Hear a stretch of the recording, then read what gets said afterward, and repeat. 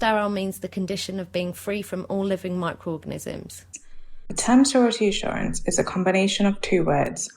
Firstly, there is sterility, which is a state of being free from viable microorganisms, and assurance, which is a positive declaration intended to give confidence. Sterility assurance includes good design of equipment, sterilization, or by decontamination of that equipment. It's also about the use of water of appropriate pharmacopoeia quality and the effective use of detergents and disinfectants. But most of all, it's about people, practices, and behaviors. It also includes key things like aseptic technique and good gowning.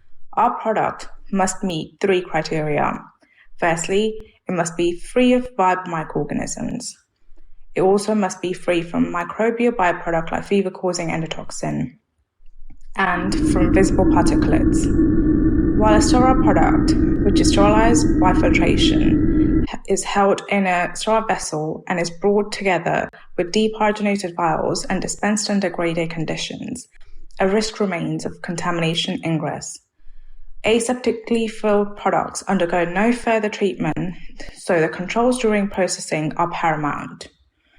Furthermore, although environmental monitoring will pick up some contamination, they cannot pick up everything.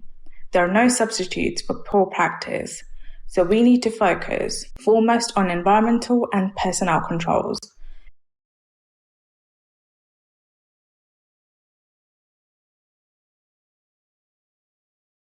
So, within our manufacturing facility, the basic concept is that the greater the risk of contamination to the product, the greater the requirement for environmental control.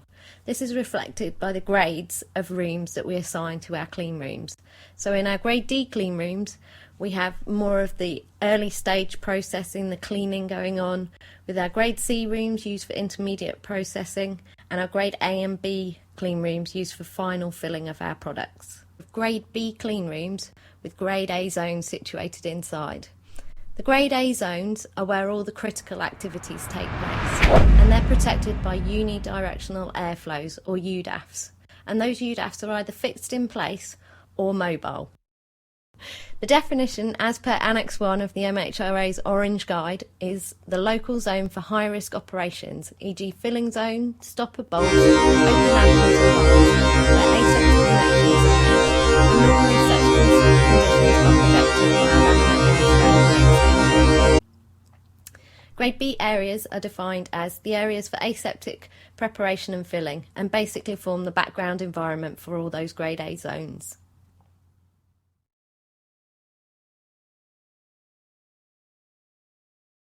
Basically, what makes a clean room clean?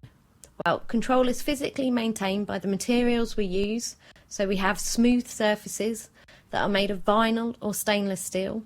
We have pressure differentials,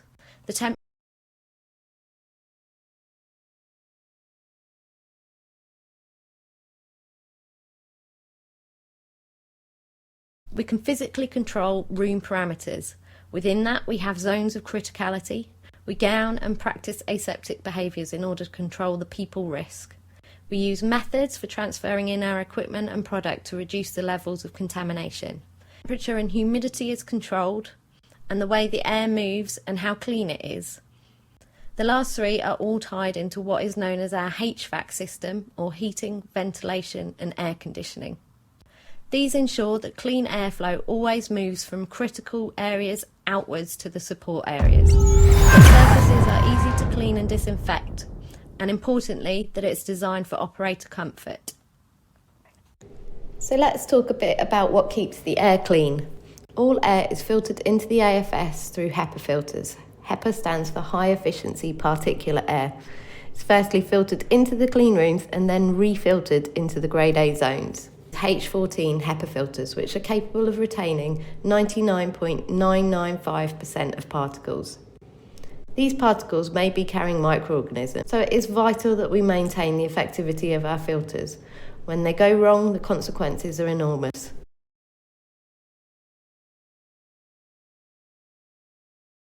So what is a pyrogen? Well, it is defined as any substance that can cause a fever. Endotoxins are part of the outer membrane of the cell wall of gram-negative bacteria.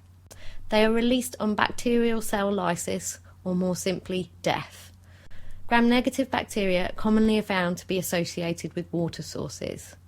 So what do you think the significance of endotoxin is? Well, all our environmental monitoring plates that we take in the filling environment are designed to recover live microorganisms. If endotoxins are released on cell death, we will not pick them up using these methods. So, just because you can't recover a viable microorganism does not mean there's no risk. One way we have of inactivating endotoxins is using dry heat. Depyrogenation tunnels are used on our filling lines to sterilise the glass containers before they are aseptically filled. These tunnels use unidirectional hot air at temperatures of up to 350 degrees C.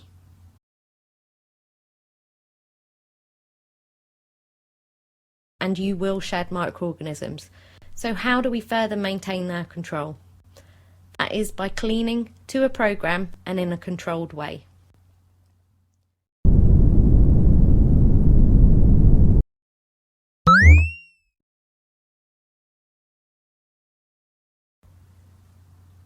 So our checks we've discussed so far are environmental monitoring and monitoring of the product itself. And those are viable cultural microorganisms from surfaces air, particulate monitoring of the air, personnel monitoring, and our pre-final filtration samples and sterility testing. But what other microbiology-based checks can we do? Well, we have media trials or process simulations, and that is basically filling, but instead of product, you're using a media that will grow microorganisms if they're present or introduced through the filling process. However, it does not mean that we should be validating bad practice. We can't simply switch off our UDAFs, fill under those conditions, and then say, well, it doesn't matter because our media fill passed. The liquid microbiological growth medium used, this is used to validate our established procedures and process flows, to validate personnel individually and as the maximum allowed in the filling room, and also to qualify equipment. That a media fill is based on a representative number of containers being filled across a representative period time. So we simulate typical batch filling run times. The number of vials we fill provides a suitably large challenge to the filling process and allows BPL staff to simulate all process steps, manipulations and interventions that are required by the media fill protocol. We also test operator fatigue and the target gown wear time, so at least one operator must remain in the fill so that the time meets 4 hours. All our product fills now run across multiple shifts, so our media fills must contain at least one full shift change. The acceptance criteria for media fills is 0 failures. If we were to get a failure, a deviation is raised, an investigation is required, including the scheduling of a repeat media fill. Filling on other lines is suspended pending risk assessment, and all batches are placed into quarantine.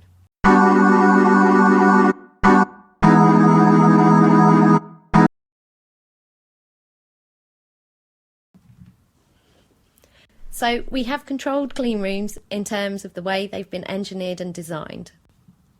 Can you think of any other potential sources of contamination in our perfectly well-maintained clean room? In basic terms, it's the transfer of equipment, product, and the people and staff working in the area themselves. Engineering and control is easy. These aspects are a little more complicated. So how do we control them? First, let's look at people. When you are sitting down at rest, you shed around 100,000 skin cells a minute. This number significantly increases the faster you move. For example, if you were to walk or quickly jog at approximately 5 kilometers an hour, you'd be shedding around 7.5 million skin cells a minute. And those skin cells and particle matter that you're shedding may well be carrying viable microorganisms such as bacteria.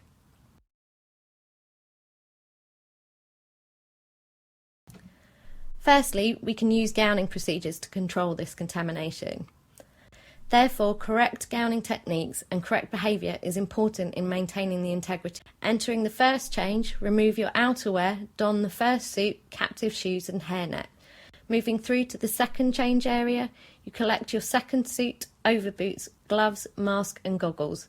And in the final change area, don the outer protective suit. You're fully gowned up. it's important to note that gloves are a significant way of transferring our contamination. So we have a specific way in which we don gloves and a procedure specifically for this. The method is designed to prevent the outside of the glove contacting any surface that may compromise it. If you do tear a glove, make sure that you always change it, but think about the activity you were doing. Are you doing a critical activity? Do you need to take finger plates before you change the glove? For example, if you're midway through setting up a filling machine, take the finger plate so that we have an assessment of the work you've been doing up until that point. But always note that you had torn your gloves at the point at which you take the samples. So the gloving method we have is sanitize your hands. Pick up and pull on the first glove, only touching the inside of the glove, which is the folded cuff. Pull the cuff down so that it covers the exposed fingers. Using the folded over cuff, pick up the second glove, being careful to only touch the folded cuff or inner surface of that glove and pull it on. Using the exposed fingertips of the second hand, place them inside the folded cuff of the first glove. Pull the cuff of the glove up the length of the arm. Using the now fully gloved hand, place the fingertips inside the cuff of the second glove. Pull the cuff of the glove up the length of the arm. Adjust the gloves into the correct position and sanitize your hands. This method ensures that the clean side or outer surfaces of the glove only contact other outer surfaces, i.e. clean to clean. Once you have your gloves on, you must sanitize your hands, and that must be done regularly. In a filling room, always sanitize your hands before performing any grade A activities or using the machine gauntlets. So I have highlighted with the last couple of slides how important hand sanitisation is. This is because the risk of transferring contamination through using our hands is so high. So with this in mind, what other behaviours could reintroduce contamination or transfer it to critical areas? Actually, a lot of things, so you must stop and think. When working inside the clean room, you must not retrieve items from the floor. Leave them there and push to one side with your foot if they pose a risk. If you absolutely have to pick an item up, it must be sanitized. If you're working in the Grade A area in P215, the offload UDAF, you must not sit. Operators should stand with as few body parts touching as possible. The doors to filling machines, including the pass-through areas, must be opened for as little time as possible.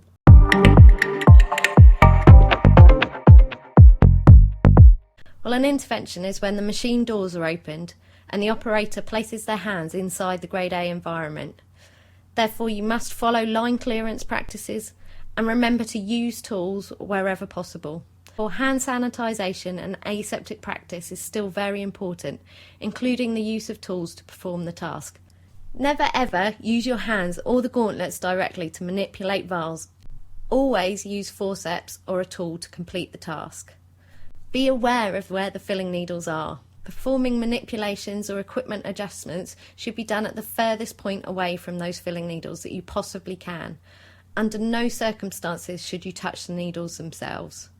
Tools and machine parts. When performing an intervention, check what surface you are placing those tools or any equipment you've removed.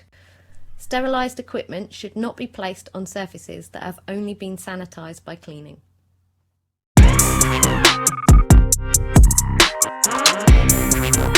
Both detergents and disinfectants that are used for cleaning and disinfecting. The detergent step is arguably the most important step.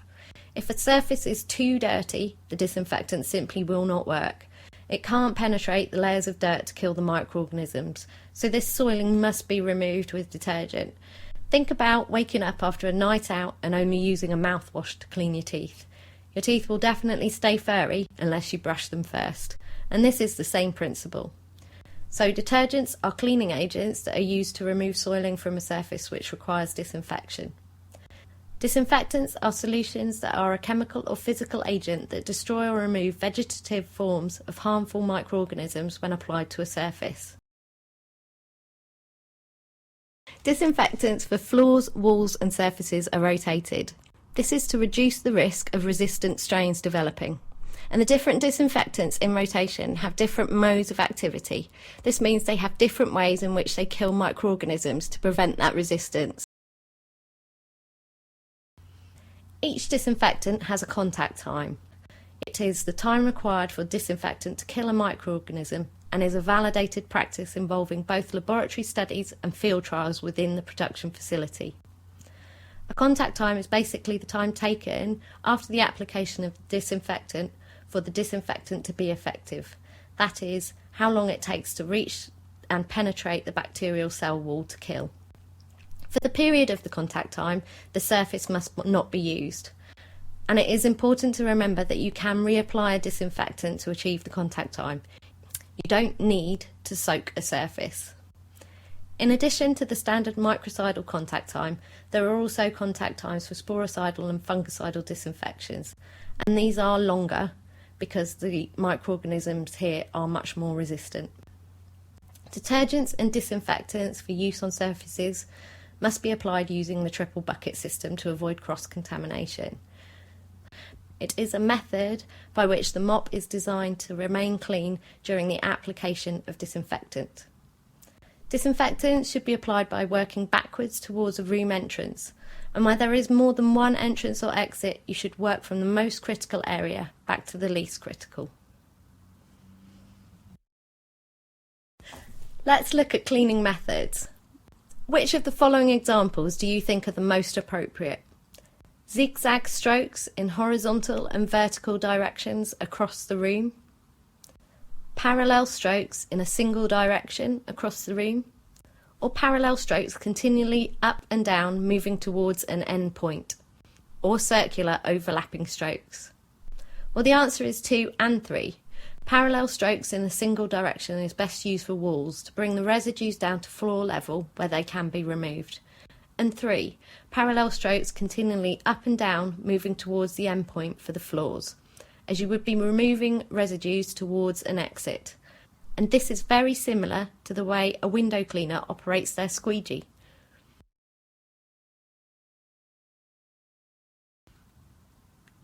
There are 3 levels of cleaning. They are level 1, which is all your critical surfaces and floors. That is all surfaces at working height and all areas used for product preparation.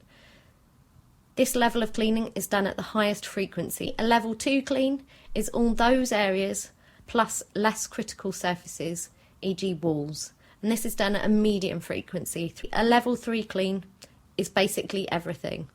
All those surfaces done in a level 1 and level 2 clean, including the ceilings.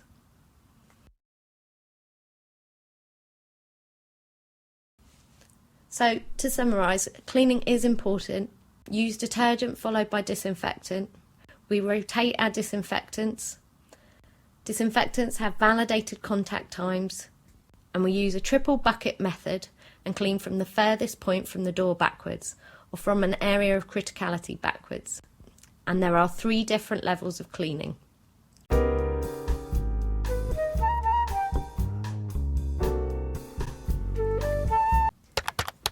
So now we've discussed all our methods of controlling items and people in. Now we have to prove that we are in control, and that is where environmental monitoring comes in. So what is it? Well, an environmental monitoring programme should promptly identify potential routes of contamination, allowing for implementation of corrections before product contamination occurs. Environmental monitoring data will provide information on the quality of the manufacturing environment. We do this through monitoring of surfaces with contact plates and swabs, air, settle plates, active air samples, and particle monitoring. And we also monitor the people going into the aseptic filling suite through finger plates and suit contact plates. It is important to note that monitoring is a legal requirement for pharmaceutical factories. So let's look at all the steps involved in a filling activity. These include pre-fill disinfection, filling machine setup, the time between setup and the start of filling, the actual filling process itself, and the post-fill strip down and detergent clean. Which processes do you think we monitor? Well, we monitor all of them except the start and end cleaning activities, and that is because the disinfectant use may create false negatives. From the point at which you complete the cleaning, the room is ready to fill. Any contamination introduced after that point has the potential to be introduced into the product. We also monitor the support activities, for example, filtrations, transfer of stoppers through the autoclaves, and the loading and unloading of freeze dryers. So why do you think we monitor the setup of the filling machine? Well, it's the biggest intervention into the filling machine. Many parts, some of which are held captive in the suite and others are sent back to sterile supplies for cleaning and autoclaving, are stripped to enable the machine itself to be cleaned down at the end of filling. So putting it all back together before the next fill is a big task. There's lots of manual intervention, and what is the biggest contamination risk is people who are now performing a higher level of activity. When do you think the majority of the surface monitoring is done for the actual filling activity? And why is that? Well, it's done at the end of the fill because we do recognise that the act of sampling and the introduction of media that will support microbial growth is a risk in itself. When does a fill end? Well, it's on completion of the post-fill environmental monitoring, not when the last vial is filled, and only when the last sample has been taken. Don't get distracted. These samples are the main assurance that a fill has been completed aseptically, that indicate the environment was in control.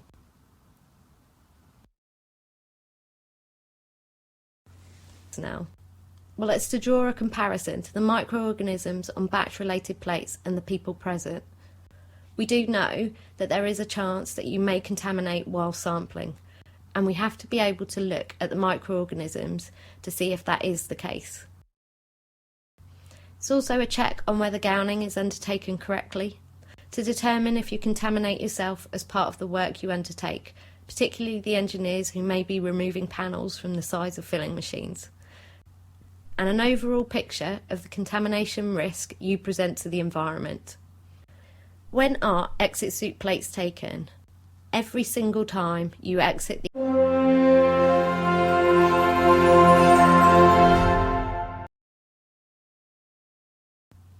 With all that said, I thought it would be useful to see an example of the sampling plan. We're not just taking samples from anywhere. The sample locations are decided by risk assessment, i.e. worst case. So we've discussed all the examples of monitoring that is undertaken of the environment immediately around the product and the rooms where activities take place, and the monitoring of the background support rooms. Can you think of anything else we might want to look at for the presence or absence of microorganisms? Well, we do want to check the product itself, and we have two samples that we take to do that. Firstly, the pre-final filtration sample. These samples are taken of the bulk solution prior to the final filtration step, and they're an indication of the bioburden of the product itself. Because microorganisms will continue to grow at an ambient temperature, it's important that those samples are stored in a fridge as quickly as possible and are tested within 24 hours. The second set of samples we take of the final product are for sterility testing. We take sample vials from the batch and test to see if we can recover microorganisms.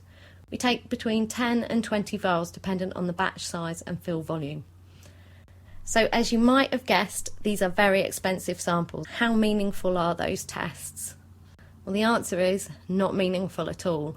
If you think that a pre-final filtration sample is a 100 ml sample taken of however many litres, and a sterility test involves testing between 10 and 20 vials from a batch size of 10 to 30,000 vials, if you think that microorganisms are going to evenly spread themselves out so that those samples are guaranteed to have them in it, then you'd be very much mistaken. These samples will only reflect a catastrophic failure in our process, and this is why the importance and criticality of aseptic technique will be reiterated at you time and time again.